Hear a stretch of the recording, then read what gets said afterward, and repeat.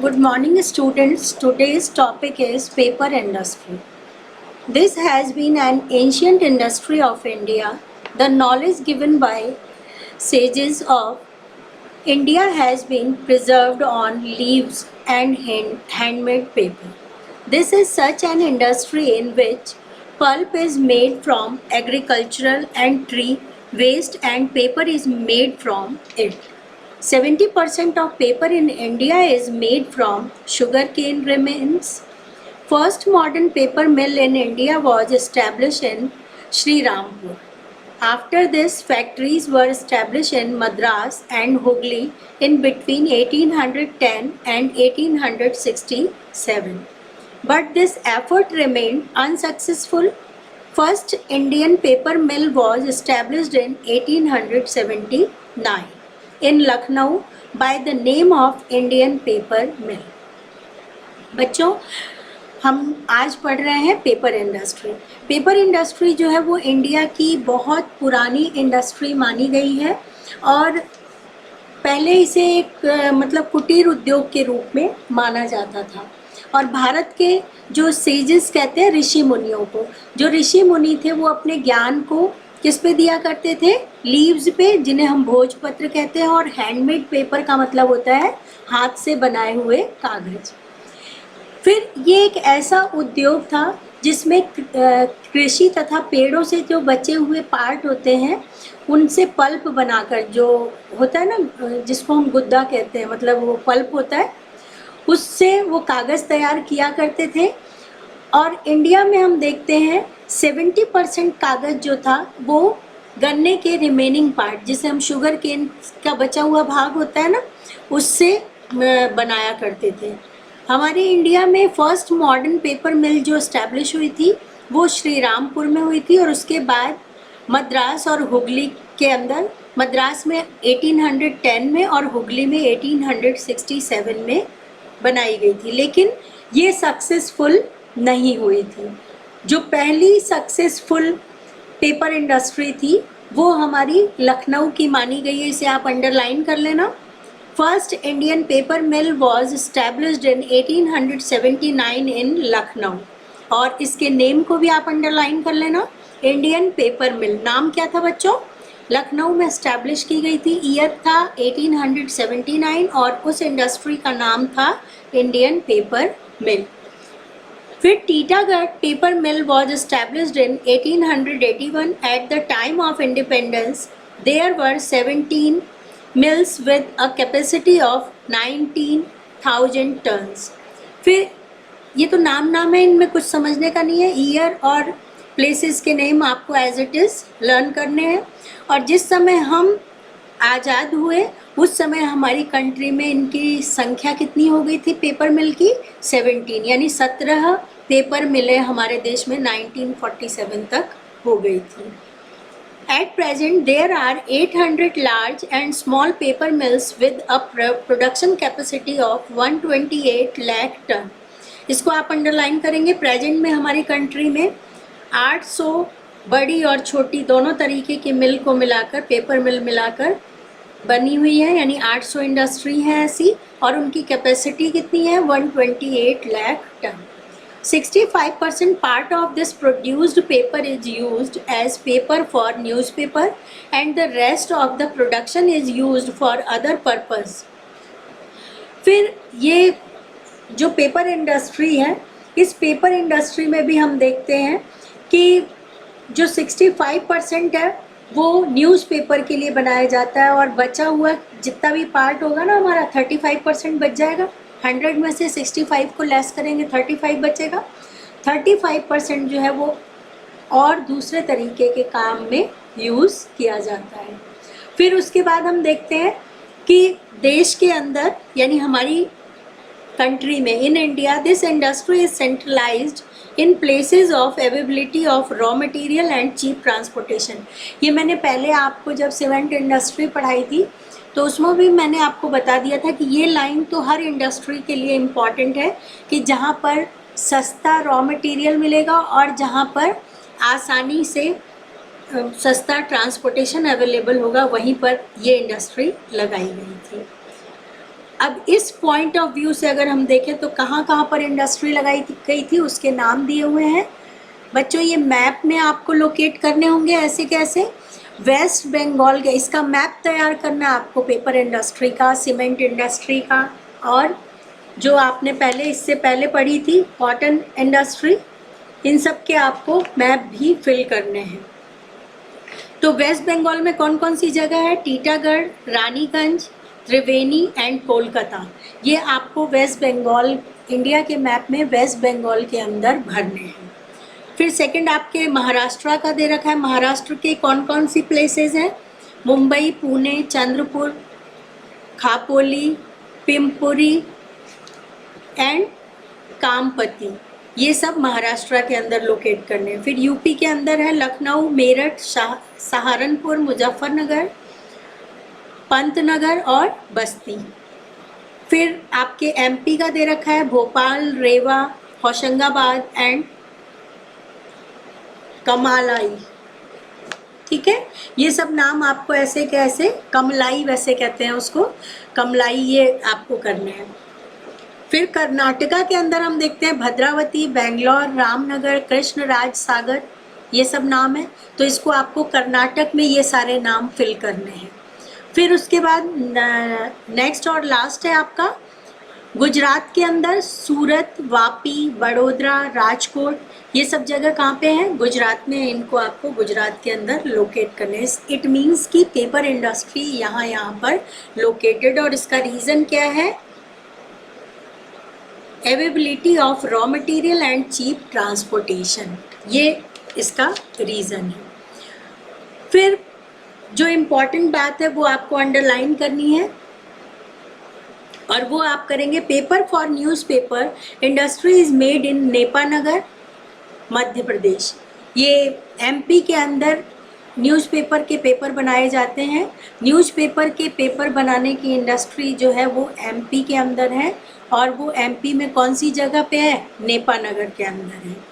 In the country and a government currency mint is present in Hoshangabad, और present में जो सरकार द्वारा करेंसी नोट बनाए जाते हैं ना, उस नोट बनाने की जो इंडस्ट्री है वो कहाँ पे है, होशंगाबाद में है, और वो भी कहाँ पे, हमारा एमपी के अंदर। इसका मतलब अखबार का कागज़ और रुपए का जो नोट होते हैं ना, नोट का कागज़, वो दोनों कहाँ तैयार होते हैं, हमारे एमपी के अंदर तैयार होते हैं। Due to excessive local demand in the country, most of the produce is consumed in India itself and paper has to be imported from other countries also. लेकिन जितना पेपर बच्चों हम यहाँ बनाते हैं, उन पेपर से ज़्यादा हमारी डिमांड है, यानी जितना हमें चाहिए उतना पेपर हम इंडिया के अंदर बना नहीं पाते हैं। इसी कारण हमें क्या करना होता है, दूसरी कंट्री से इम्पोर्ट करना पड़ता है। समझ में आ गया। अब इसमें आपको 2-3 लाइनें अंडरलाइन करनी है और नोट्स में भी आपको लिखना है। न्यूज़पेपर इंडस्ट्री कहाँ पे है, एमपी के अंदर नेपानगर, ठीक है। और गवर्नमेंट करेंसी कहाँ पर बनाई जाती है, गवर्नमेंट करेंसी बनाने वाले कागज़ कहाँ पे हैं, तो वो भी हमारे एमपी के अंदर होशंगाबाद के अंदर, ठीक है। और एक्सेसिव डिमांड यानी सप्लाई से ज़्यादा डिमांड जब होती है तो हमें क्या करना पड़ता है, दूसरी कंट्री से इंपोर्ट करना पड़ता है। अब आपके ये जो location of paper mills in India दे रखा है, ये मैप है, इसमें हमारे इंडिया की रेपुटेटेड पेपर इंडस्ट्री के नाम दिए हुए हैं। जैसे ट्राइडेंट इंडस्ट्री जो है वो कहाँ पे है, फिर सेंचुरी पेपर की कहाँ पे है, स्टार पेपर की, यश पेपर की,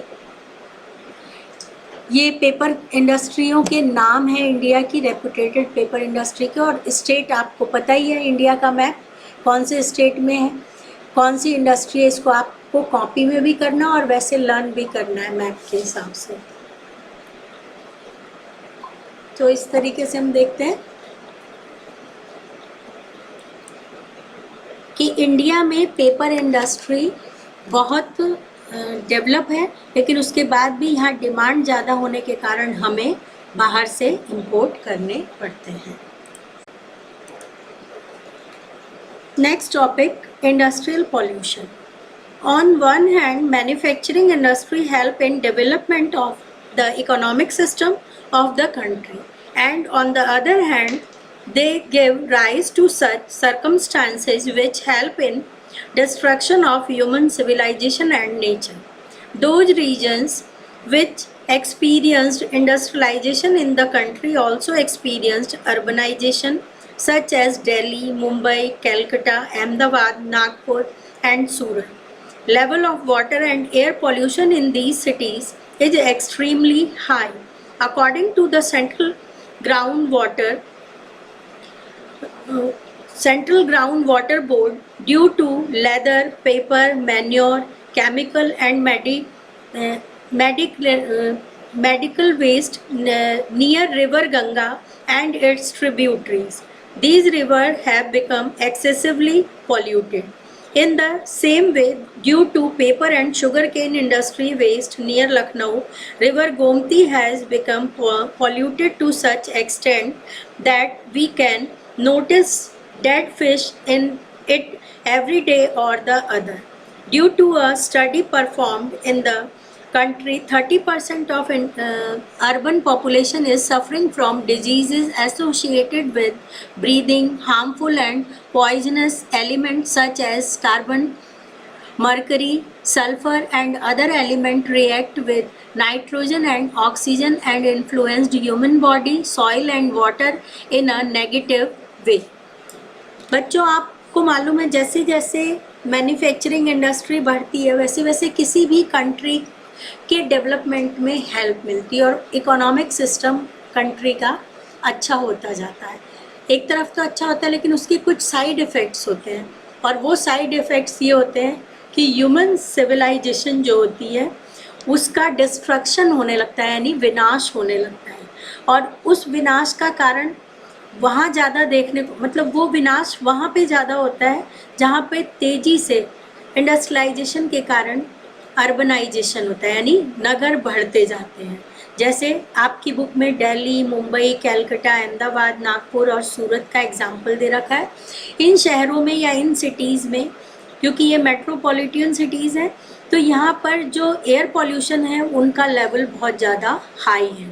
फिर हम देखते हैं कि जो सेंट्रल ग्राउंड वाटर बोर्ड होता है वहाँ उसके अगर अकॉर्डिंग हम देखें, जो हर साल रिवर और उसकी ट्रिब्यूटरी सहायक नदियों के बारे में बताता है, तो उसका ये मानना है उस बोर्ड का कि गंगा, यमुना, इन सब के किनारे जो लेदर इंडस्ट्री वगैरह होती है उनमें वेस्ट जाता रहता है और जिसके कारण वो इतनी ज़्यादा पॉल्यूटेड हो गई हैं कि उन पॉल्यूटेड से मछलियाँ जो हैं वो अक्सर मर जाती हैं. इसमें आपके लखनऊ के पास गोमती रिवर का एग्जाम्पल दे रखा है कि लखनऊ के नियर गोमती रिवर के पास शुगर केन इंडस्ट्री है और साथ ही साथ पेपर इंडस्ट्री भी है, जिसके कारण दोनों इंडस्ट्री का वेस्ट जो है वो उस रिवर के अंदर जाता है, जिससे मछलियाँ हर साल वहाँ बहुत ज़्यादा मर जाती हैं. फिर एक स्टडी के अकॉर्डिंग अगर हम देखें तो 30% जो अर्बन पॉपुलेशन है उन्हें ब्रीदिंग की प्रॉब्लम हो जाती है, सांस लेने में उन्हें दिक्कत होती है. इसके अलावा हम देखते हैं कि वो सांस लेने की जो दिक्कत होती है वो किस कारण से होती है, क्योंकि एयर के अंदर कार्बन, सल्फर, नाइट्रोजन ये सब आपस में रिएक्शन करते हैं और जिससे वो ह्यूमन बॉडी को बहुत ज़्यादा हार्म पहुंचाती है. तो हमने ये देखा कि इंडस्ट्रियलाइजेशन होता तो अच्छा है लेकिन उस इंडस्ट्रियलाइजेशन के साथ साथ बहुत सारी प्रॉब्लम्स भी क्रिएट हो जाती हैं. पॉइजनस गैस वगैरह निकलती है जिसके कारण बहुत सारे ह्यूमन बॉडी में डिजीज़ क्रिएट हो जाती है. Due to this, various dangerous disease such as cancer, blood and skin related disease occur in human being. और इन्हीं सब गैसेस के कारण हमें सांस लेने में प्रॉब्लम के साथ साथ बहुत सारी डिजीज़ जैसे कैंसर, ब्लड से रिलेटेड प्रॉब्लम, स्किन से रिलेटेड प्रॉब्लम ह्यूमन बीइंग के अंदर आ जाती हैं. तो कहने का हमारा मतलब ये है कि इंडस्ट्रियल पॉल्यूशन जो है वो अपने आप में बहुत खतरनाक होता है. अब अर्बन पॉपुलेशन सफ़र करती है इन चीज़ों से, तो उन्हें प्रॉब्लम होती है। इसीलिए हम देखते हैं कि जो इंडस्ट्रियल वेस्ट है उसके लिए हमें प्रॉपर मैनेजमेंट करना चाहिए। Industrial waste reaches the oceanic part of the country via air and water and influences the local biological system, due to which the food chain gets affected and sea animal and vegetation being to die। इस दोनों लाइनों को आप underline कर लेंगे, बहुत important line है कि ये जितना भी इंडस्ट्रियल वेस्ट होता है वो वाटर के थ्रू और एयर के थ्रू कहाँ पहुँच जाता है, ओशियनिक पार्ट जिसे हम समुद्री भाग कहते हैं, और वहाँ पर जाकर वो हमारे पूरे सिस्टम को, पूरे जो हमारा नेचुरल सिस्टम होता है उसको बहुत ज़्यादा इफ़ेक्ट करता है। लोकल बायोलॉजिकल सिस्टम जो होता है ना उसको बहुत ज़्यादा इफ़ेक्ट करता है, और वहाँ पे जो स्थानीय जीव जंतु होते हैं, वनस्पति होती है, वो सब बर्बाद होने लगती है। Disposal of waste from oceanic ships, accidents of oil tankers in the sea, leakage of oil from the sea, refining near sea shores and nuclear bomb experiments etc।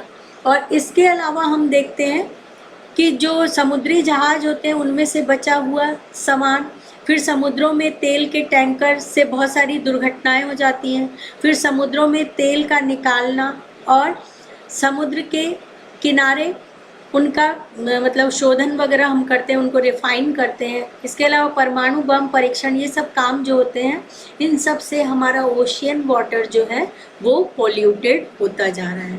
तो ये रीजंस है बच्चों, आप इनको अंडरलाइन कर लेना।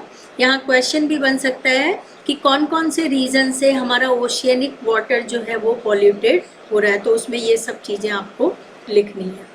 फिर उसके बाद हम देखते हैं कि 1 out of every 8 bird species is on the verge of extinction in India because their sources of natural habitation and food are being destroyed due to industrialization and modes and routes of transportation। Bharat में हर 8 में से 1 जो पक्षी है वो लुप्त होने लगा है, यानी धीरे धीरे डिसअपियर हो रहा है। क्यों? क्योंकि हमारा जो इंडस्ट्रियलाइजेशन है और ट्रांसपोर्टेशन है उनके कारण वो उनके मार्ग में आते हैं, यानी उनके रास्ते में आते हैं, और जिसके कारण धीरे धीरे लोग क्या करते जा रहे हैं कि या तो पक्षी उनसे कट के या उनके रास्ते में आके मर जाते हैं, ख़त्म हो जाते हैं, और धीरे धीरे हम देखते हैं कि प्राकृतिक चीज़ों को काट के लोग घर बना रहे हैं, बंगलो बना रहे हैं। इससे भी क्या होता है, पशु पक्षियों को, बर्ड्स को, स्पीसीज़ को इनको रहने की जगह या प्लेस नहीं मिल पा रही है, और इसी कारण जो एयर पॉल्यूशन होता है उससे एसिड रेन होती है, और उस एसिड रेन के कारण बहुत सारे पॉइजनस एलिमेंट जो होते हैं वो हमारी सॉइल में मिलते जाते हैं, और इसी कारण हमारी नदियाँ सूखने के कगार पे हैं। गंगा, यमुना, इन सब का जो वाटर लेवल है वो बहुत कम हो गया है, और सॉइल फर्टिलिटी भी जो है वो रैपिडली डिक्लाइन होती जा रही है। तो इस तरीके से हमने देखा कि ये बहुत सारे रीज़न हैं आपकी बुक में जिनके कारण इंडस्ट्रियलाइजेशन जो है वो हमें बैडली इफ़ेक्ट करता है, जिसे हम इंडस्ट्रियल पॉल्यूशन के नाम से जानते हैं। अब मेरे से खुश ने या स्टूडेंट का नाम मुझे ठीक से याद नहीं आ रहा है, किसी ने मुझसे पूछा था कि बुक में दे रखा है 70% पोर्टलैंड सीमेंट और 90%, तो उसमें जो आपके 90% पोर्टलैंड सीमेंट राजस्थान में प्रोड्यूस होती है वो आंसर आपका सही है बेटा। 70% बाय मिस्टेक प्रिंट हो गया है, 70% राजस्थान के रेफरेंस में नहीं है, 90% होगा। That's all for today, thank you.